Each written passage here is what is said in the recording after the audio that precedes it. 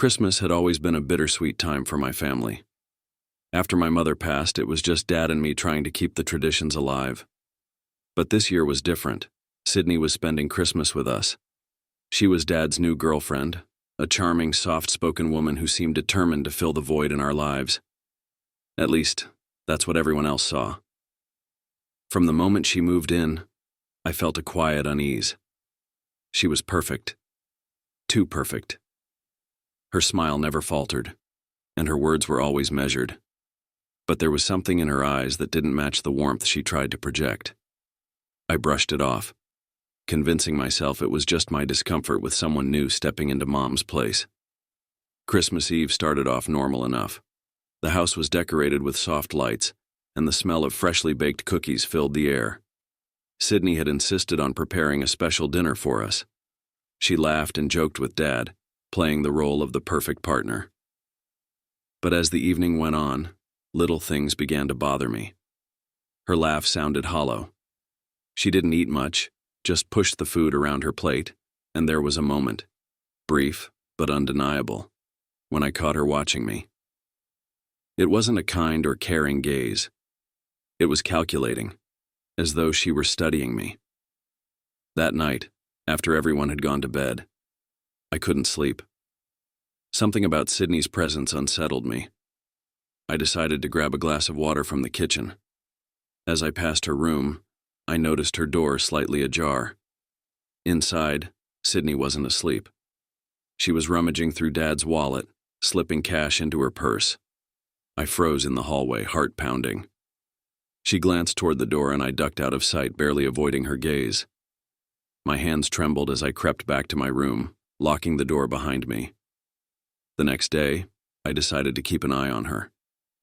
Sydney seemed normal, laughing and chatting with Dad, but I noticed the way she hovered by the medicine cabinet in the bathroom. Later, when I checked, one of Dad's prescription bottles was missing. I tried to tell myself there was a logical explanation, but doubt gnawed at me. That night I stayed awake, listening for any unusual sounds. Around 2 a.m., I heard soft footsteps outside my door. The doorknob rattled. My heart raced as I grabbed my phone and tiptoed to the door. Through the crack, I saw Sydney standing there, her face eerily calm, holding what looked like a small vial in her hand.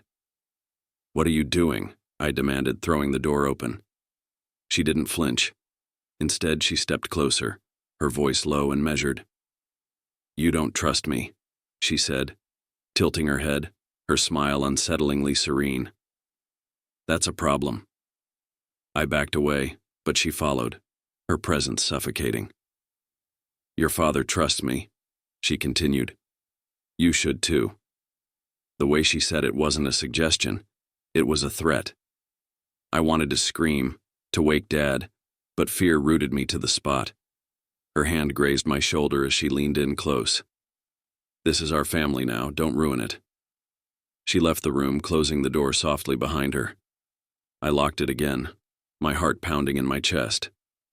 The next morning, Sydney acted as if nothing had happened, but I couldn't shake the feeling of her hand on my shoulder or the coldness in her voice. I tried to tell Dad, but he wouldn't hear it. "She's just trying to bond with you," he said, brushing off my concerns. To this day, I don't know what Sydney's true intentions were, but I know one thing. She wasn't trying to become part of our family.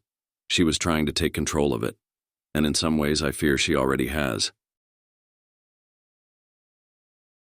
It was Christmas Eve, and our family had gathered in the living room. The fire crackled in the hearth, casting a warm glow on the tree adorned with twinkling lights and handmade ornaments. Snow fell softly outside, blanketing our isolated home in quiet serenity. It was the kind of night that felt perfectly safe, until it wasn't. I had been having strange dreams for weeks, but this one was different. In the dream, I was standing in our living room, the same cozy setting as tonight, but it felt wrong. The fire was out, the room was cold, and outside the window, a dark figure stood in the snow. I couldn't make out its features, but I felt its eyes on me, watching, waiting. When I woke, my chest was tight, and my heart pounded as if I'd just run a marathon. I shook it off as nothing more than holiday stress. But later that evening, as we sat down to open one present each, our family tradition, my little sister tugged at my sleeve. "Don't let him in," she whispered, her face pale. "Who?" I asked, confused. "The man outside." Her words sent a chill down my spine. "What are you talking about?" I pressed, but she only shrugged and went back to unwrapping her gift, as if she hadn't said anything at all. The unease stayed with me. After dinner, as my parents and sister went to bed, I decided to stay up a little longer.